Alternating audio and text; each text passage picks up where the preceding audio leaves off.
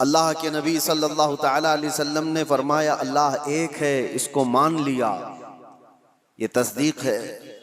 رسول پاک صلی اللہ علیہ وسلم نے فرمایا کہ میں اللہ کا آخری رسول ہوں، مان لیا، یہ تصدیق ہے۔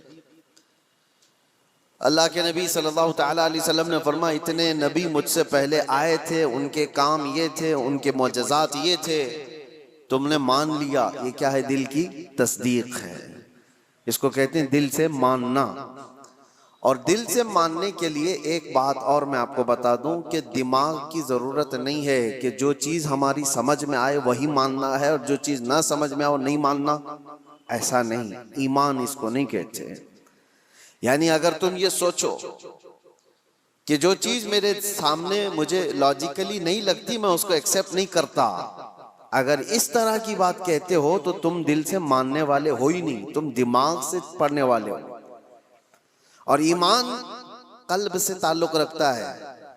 مثال کے طور پر اللہ کے نبی صلی اللہ تعالی علیہ وسلم نے ارشاد فرمایا رات کے ایک چھوٹے سے حصے میں مسجد حرم سے مسجد اقصی گیا، بیت المقدس گیا، اور اس کے بعد پھر آسمانوں کا سفر کیا، اور پھر لوٹ کر کے آیا پل بھر میں، زنجیر بھی ہلتی رہی، بستر بھی رہا گرم، تا عرش گئے پھر آئے محمد صلی اللہ علیہ وسلم۔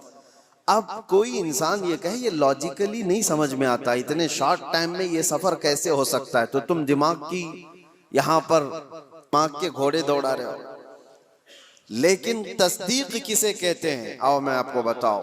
حضور پاک صلی اللہ علیہ وسلم معراج کے سفر کے بعد مکہ والوں سے یہی واقعہ بیان کر رہے تھے کہ کل کی شب اللہ تعالیٰ نے مجھے معراج کا سفر عطا کیا، مسجد حرم لے گیا، مسجد حرم سے مسجد اقصی، وہاں پر امام ائمہ انبیاء اکرام علیہ السلام کی امامت کیا، اس کے بعد پھر ساتوں آسمانوں کا سفر، عرش، کرسی، لوح، قلم، جنت، دوزخ، یہاں تک کہ رب ذوالجلال کا دیدار، اور پھر واپس آیا۔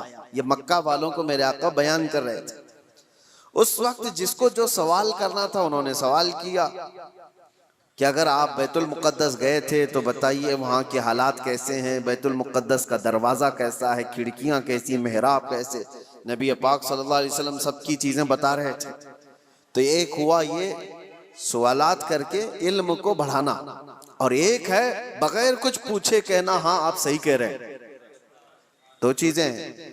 لیکن اس محفل کی خصوصیت یہ ہے کہ ابو جہل اس کو موقع مل گیا، اس نے دیکھا کہ اتنی بڑی بات حضور کر رہے ہیں تو گمراہ کرنے کے لیے ایک بڑا چانس ملا ہے، باہر نکلا اور سب کو بولنے لگا کہ محمد تو اب چھوٹی چھوٹی باتوں سے بہت بڑی باتوں پہ آ گئے، وہ تو آسمانوں کے سفر کی بات اور رات کے ایک حصے میں یہاں سے بیت المقدس کے سفر کی بات کر رہے ہیں اور واپس مکہ میں بیٹھے ہوئے ہیں۔ تو وہ گمراہ کرنے کے لیے پروپیگنڈے کرنے لگا۔ اتفاق ایسا کہ اس محفل میں سیدنا ابو بکر صدیق نہیں تھے، حضرت ابو بکر وہ کہیں سے آ رہے تھے، ابو جہل راستے میں ملا، اور اس کے بعد تو ابو بکر رضی اللہ تعالیٰ عنہ کو پکڑ کر کہتا ہے سنو ابو بکر، ایک مکہ میں نیا واقعہ ہو گیا ہے۔ پوچھا انہوں نے کہ کیا ہوا ہے؟ کہا ایک شخص ایسا ہے جو کہتا ہے رات کو وہ سویا تھا اور رات میں وہ اٹھ کر کے مسجد حرم گیا، مسجد حرم سے بیت المقدس مسجد اقصی گیا، اور واپس وہ رات یہیں آ گیا۔ کیا یہ پاسیبل ہے؟ ممکن ہے؟ اتنا ہی کہا اس نے۔ تو حضرت ابو بکر نے کہا ایسا کیسے ہو سکتا ہے؟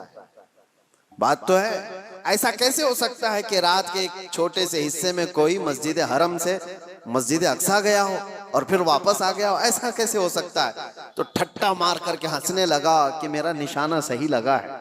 تو حضرت ابو بکر نے پوچھا بتاؤ تو صحیح کون ہے یہ اس طرح کہنے والا؟ ابو جہل نے کہا کوئی اور نہیں، تمہارے ساتھی محمد صلی اللہ علیہ وسلم یہ بات کہہ رہے ہیں۔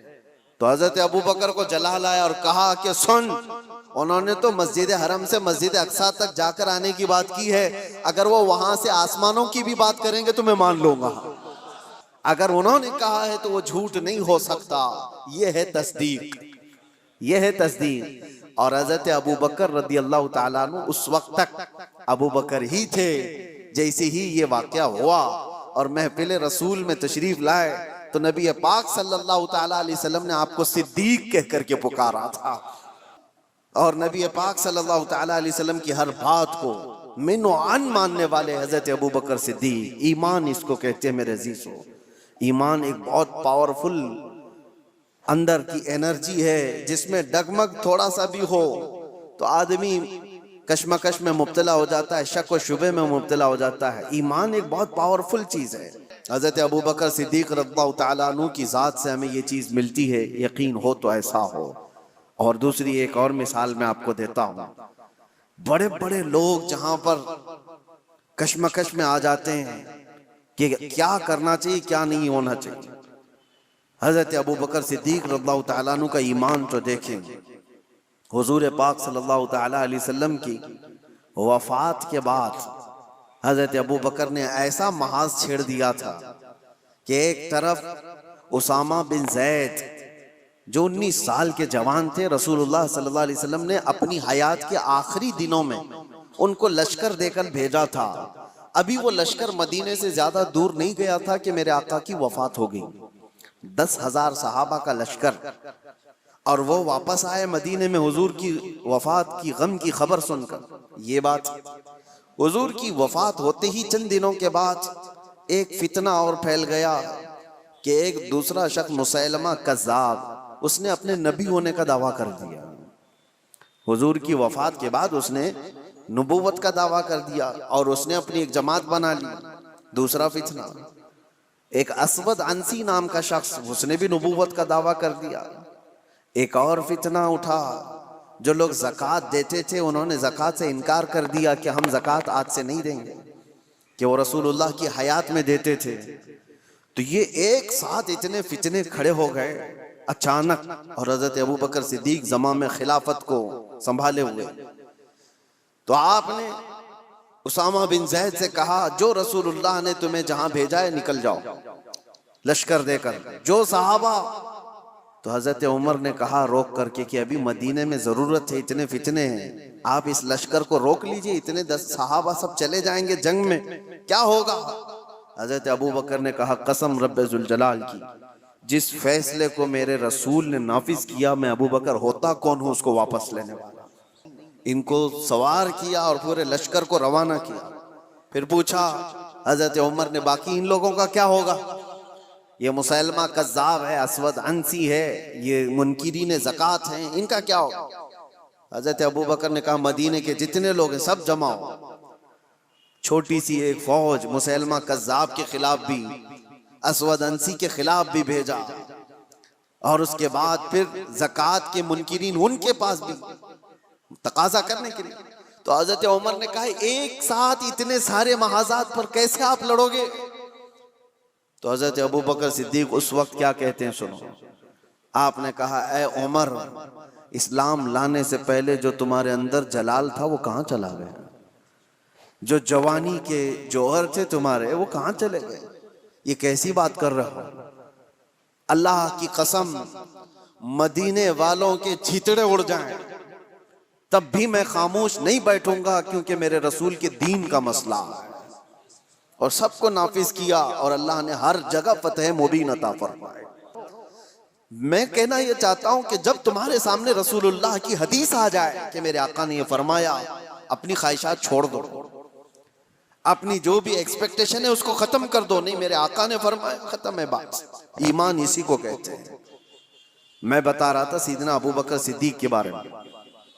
حدیبیہ کا موقع ہے، نبی پاک صلی اللہ علیہ وسلم 1400 صحابہ کو لے کر مدینے سے نکلے مکہ عمرہ کرنے کے لیے، لیکن حالات ایسے تھے کہ مکہ والے عمرہ کرنے نہیں دے رہے تھے۔ روک دیا 35 کلومیٹر دور، مکہ سے دور، کہ آپ لوگ عمرہ نہیں کر سکتے۔ اور جنگ کرنے پر تلے ہوئے تھے مکہ والے، اس وقت تھوڑا طاقت میں تھے۔ نبی پاک صلی اللہ تعالیٰ علیہ وسلم نے دیکھا کہ ہم احرام کی حالت میں آئے ہوئے ہیں عمرہ کرنے کے لیے، لیکن یہ جنگ کرنا چاہتے ہیں، اور حضور جنگ نہیں کرنا چاہتے تھے۔ تو مکہ والوں کے سامنے آپ نے صلح کی تدبیر رکھی کہ ہم آپس میں سمجھوتا کر لیتے، صلح کر لیتے۔ تو مکہ والے اس پر تیار ہوئے، صلح ہوئی دونوں کے درمیان۔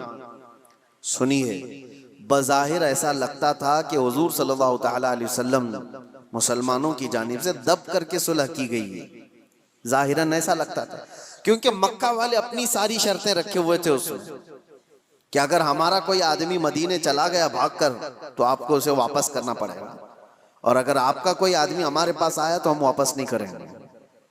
یہ زبردستی کی چیزیں بہت اس طرح کی، ایک میں مثال دے رہا ہوں، انہوں نے سب اپنی حمایت میں ایگریمنٹ کے جو کلاوز ہیں وہ سب لکھوائے اور رسول پاک صلی اللہ تعالی علیہ وسلم کو دستخط کرنے کے لیے کہا۔ آپ کو میں بتا رہا ہوں کہ اس وقت نبی پاک صلی اللہ تعالی علیہ وسلم دستخط کر رہے تھے تو صحابہ کرام کے دلوں میں بات کیا تھی؟ سب یہ دیکھ رہے تھے کہ یہ مکہ والے کیسے ہم کو جھکا رہے ہیں، ہم تو جنگ بھی کر سکتے ہیں، جب ہم 313 تھے تب نہیں ڈرے، آج 1400 کی تعداد میں۔ صحابہ کہتے ہیں نہیں ہم لڑ لیں گے ان سے اور مکہ میں جا کر عمرہ کریں گے، کون روک سکتا ہے؟ لیکن حضور فرما رہے تھے نہیں، صلح کرنا ہے۔ صحابہ میں یہ بات پھیلی کہ جنگ کرنا ہے، جنگ کرنا ہے، لیکن کوئی بھی حضور کی بارگاہ میں بولنے کی ہمت کیسے کرے؟ اللہ کے نبی تو یہ جو عقد ہے، یہ ایگریمنٹ ہے، اس پر سائن بھی کر رہے ہیں۔ تو اس کے بعد اب جو بات مجھے عرض کرنی ہے اس حدیبیہ کے موقع پر وہ میں بتاتا ہوں۔ حضرت عمر صحابہ کے پاس جا کر کے کہہ رہے تھے کہ چلو بولتے ہیں رسول اللہ کی بارگاہ میں کہ آپ جنگ کی اجازت دیں ہمیں، ہم ان کے پرخچے اڑا دیں گے، ان کے ساتھ ایسی جنگ کریں گے کہ یہ ہمیشہ یاد رکھیں گے کہ اللہ کے گھر سے ہم کو روکا ہے، آج ہم طاقت میں۔ حضرت عمر کے اس بات پر صحابہ جمع بھی ہو رہے تھے۔ پھر آخر میں حضرت عمر کہاں آئے؟ حضرت ابو بکر کے پاس۔ حضرت ابو بکر بھی خاموش بیٹھے ہوئے تھے کہ رسول اللہ نے فیصلہ لے لیا ہے تو اب کیا ہے؟ صحابہ نافرمانی نہیں کر رہے تھے بلکہ وہ انتظار کر رہے تھے شاید وہی آ جائے گی اور حکم بدل جائے گا، اللہ کی طرف سے کوئی حکم آ جائے کہ جنگ کرو، ہم کریں گے، اس انتظار میں صحابہ تھے۔ پھر حضرت عمر جاتے ہیں کہاں پر؟ حضرت ابو بکر کے پاس۔ حضرت ابو بکر سے کہتے ہیں ابو بکر نہیں دیکھ رہے تم حالات کیسے ہو گئے؟ مکہ والے ہم پر حاوی ہوتے جا رہے ہیں، غلبہ پا چکے ہیں اور ہمیں جھکا کر کے صلح کرا رہے ہیں، اور رسول اللہ صلی اللہ علیہ وسلم ایسے وقت ان کے ساتھ صلح کی دستخط کر رہے ہیں۔ ابو بکر چلو آپ کی بات رسول اللہ ٹالتے نہیں۔ تو یہ بولے جا رہے تھے، حضرت ابو بکر سنتے رہے۔ اس کے بعد جانتے ہو حضرت ابو بکر پلٹتے ہیں اور اتنے جلال کے ساتھ حضرت عمر کے کندھوں کو پکڑ کر جھجھوڑ دیا اور کہا الزم غرضک یا عمر، اے عمر ہوش میں رہ کر کے بات کرو، تم کس کے لیے بات کر رہے ہو؟ وہ اللہ کے رسول ہیں، انہوں نے جو فیصلہ لے لیا دنیا ٹل جائے ابو بکر اس کے خلاف نہیں جا سکتا۔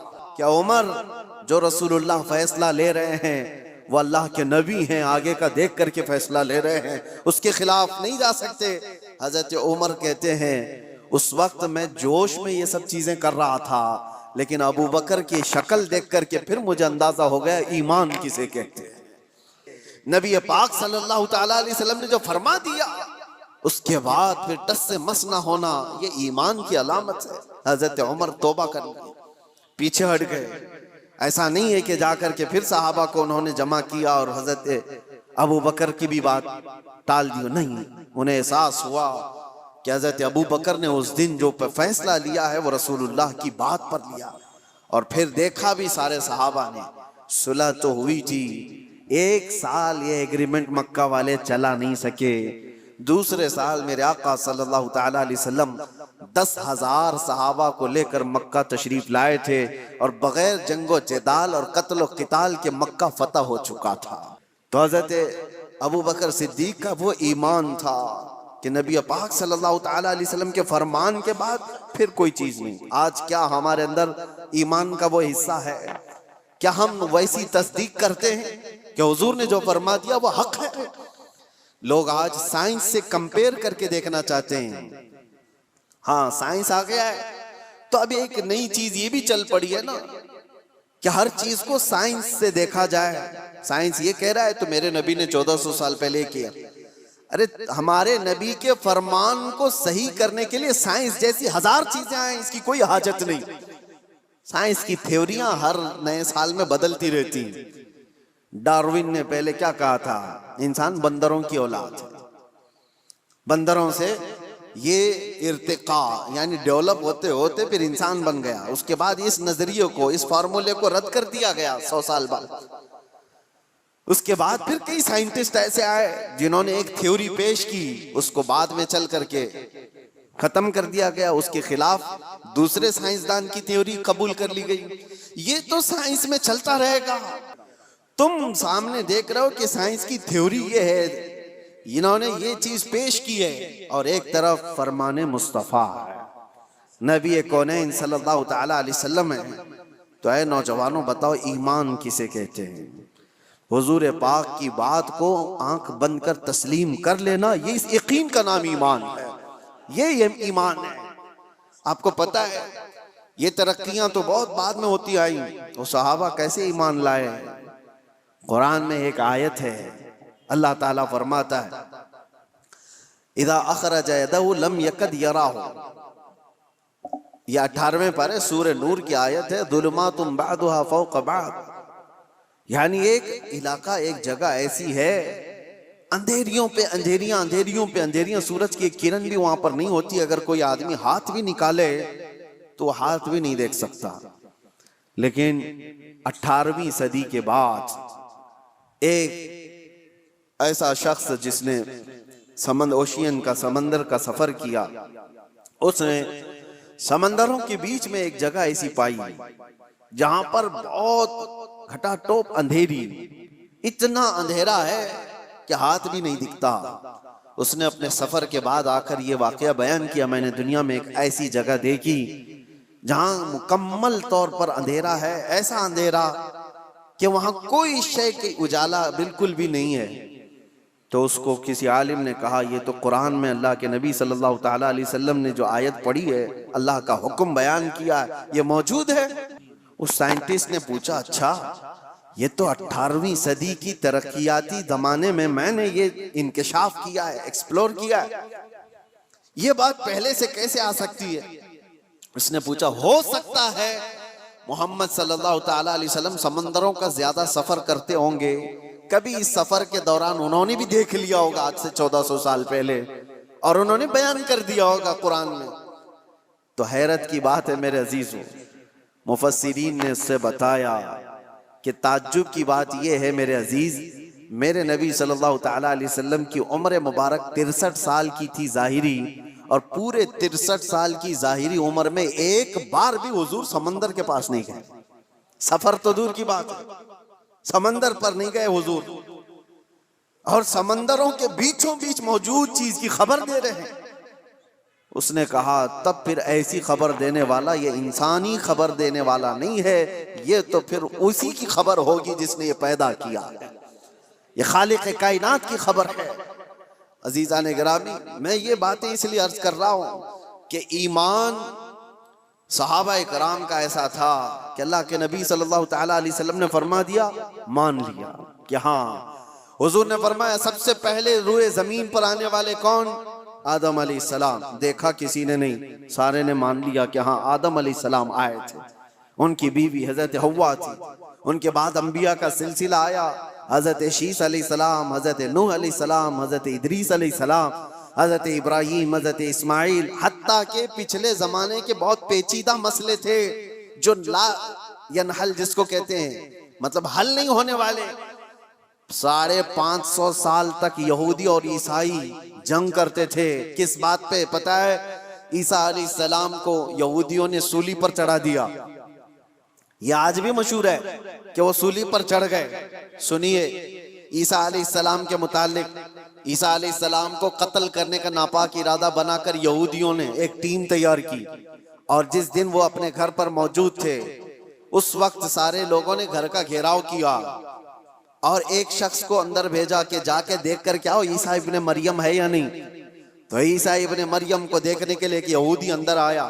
اللہ تبارک و تعالیٰ کی قدرت کاملہ یہ ہے کہ اللہ نے اس آئے ہوئے شخص کو عیسیٰ علیہ السلام کی شکل دے دی اور عیسیٰ علیہ السلام کو آسمانوں پر اٹھا لیا. آسمانوں پر اٹھا لیا اور وہ شخص گھر کے اندر تھا. کافی دیر تک وہ باہر نہیں آیا. تو یہودیوں نے دیکھا کہ کہاں چلا گیا ہے، ابھی تک جو معائنہ کرنے گیا تھا آیا نہیں. تو لوگوں نے سوچا کہ کچھ گڑبڑ نہ ہو جائے، تو سب گھس گئے اندر گھر میں. اور دیکھا کہ بیٹھے ہوئے ہیں عیسیٰ ابن مریم، اٹھایا پکڑ کر کے لے آئے باہر. عیسیٰ ابن مریم نہیں تھے، ان کا ہی شخص تھا جس کو اللہ نے وہ شکل دے دی تھی. اس کو لا کر کے پھانسی پر چڑھا دیا، سولی پر چڑھا دیا، دیکھا نہیں کچھ نہیں. اس کے بعد پھر فکر میں مبتلا ہو گئے، ہمارا آدمی کہاں گیا ہے جو اندر دیکھنے گیا تھا. تو اصل بات یہ تھی کہ اس کے دھڑ کا نچلا حصہ اس کا اصلی والا ہی حصہ نظر آ رہا تھا جو شخص اندر گیا تھا. تو کچھ یہودیوں نے کہا یہ تو ہمارا ہی آدمی ہے. تو لوگوں نے پھر اختلاف یہ کیا کہ اگر یہ ہمارا آدمی ہے تو عیسیٰ ابن مریم کہاں گئے، وہ کہاں چلے گئے. تو بعض نے کہا یہ دیکھو اوپر کی شکل تو عیسیٰ ابن مریم کی دکھتی ہے. اس شک کی زندگی میں ان کے 550 سال گزر گئے. یہودی یہ کہتے تھے، عیسائی یہ کہتے تھے، یہودی یہ کہتے تھے، عیسائی یہ کہتے تھے. ان اختلافات کو ختم کرنے کے لیے اگر کوئی ذات آئی تو محمد الرسول اللہ کی. میرے آقا صلی اللہ تعالیٰ علیہ وسلم جب تشریف لائے تو پھر آپ نے کیا فرمایا؟ قرآن کی آیت اتری، وَمَا قَتَلُوهُ وَمَا صَلَبُوهُ وَلَكِنْ شُبِّهَ لَهُمْ. اللہ نے فرمایا نہ انہوں نے عیسیٰ ابن مریم کو قتل کیا ہے نہ سولی پر چڑھایا، بلکہ اللہ تعالیٰ نے ان کی شباہت، ان کی شکل دوسرے کو دے دی تھی. اور اللہ نے وَلَكِنْ رَفَعَهُ اللَّهُ إِلَيْهِ، اللہ نے عیسیٰ ابن مریم کو آسمانوں پر اٹھا لیا ہے. یہ عقدہ حل کسی نے کیا ہے تو میرے مصطفیٰ نے. دنیا بھر کے عیسائیوں کو بھی احسان ماننا چاہیے قرآن کا جو ایسی گتھی ہے، کیونکہ عیسیٰ علیہ السلام کے بعد پھر کوئی نبی آیا نہیں جو بتا سکے. کون بتائے گا کہ کیا ہوا تھا کیا نہیں؟ تو حضرت عیسیٰ علیہ السلام کے اس مسئلے کو رسول اللہ نے بیان فرمایا اور سارے صحابہ نے اس پر کبھی چوں چرا کیا، سب نے من و عن تسلیم کیا. بہت سارے عیسائیت سے ایمان لائے ہوئے بھی، یہودیت سے ایمان لائے ہوئے بھی صحابہ موجود ہیں. سبوں نے میرے آقا کی بات پر، فرمان پر یقین کر لیا. آج اس بات کی ضرورت ہے. اب میں تصدیق کے بعد جو دوسرا سٹیپ آتا ہے اس سے میں کہتا ہوں یہ بھی ضروری نہیں کہ آپ نے مان لیا کہ میرے نبی حق پر ہیں، میرے نبی کا ہر فرمان حق ہے، اللہ کے رسول جو فرما دیں وہ 100% ساری چیزیں سچ ہیں. مان لینے کا مطلب بھی نہیں ہے. ایمان تو مان لینے کا مطلب ہو گیا، لیکن اس کے بعد اسلام کا سٹیپ بھی تو ہے. مان تو لیا، اب کر کے بھی تو دکھاؤ. مانا ہے تم نے دل سے اور اس کے بعد اب عمل کر کے دکھاؤ. یہ دو حصے ہیں، ایمان ہے اور اسلام ہے. ہو سکتا ہے میں آپ کو بلیم نہیں کرتا کہ آپ مومن نہیں ہیں، ہو سکتا ہے ایمان والے ہیں، سب کے دلوں میں یقین 100% موجود ہے. اور اگر وہ یقین ہے تو پھر ظاہر کیوں نہیں ہے، دکھتا کیوں نہیں ہے؟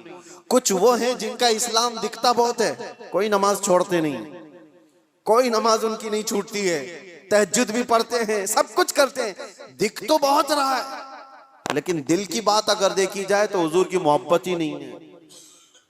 تو یہاں ایمان ہی نہیں، اسلام دکھ رہا ہے. اور کچھ وہ ہیں جن کا ایمان تو ہے دل کے اندر، میرے نبی کی محبت بھی ہے، لیکن عمل نہیں دکھتا، اسلام پر نہیں آتے. جب یہ دونوں چیزیں کمپلیٹ ہو جائیں تو تمہارا دین مکمل ہے. وآخر دعوانا ان الحمدللہ رب العالمین. السلام علیکم.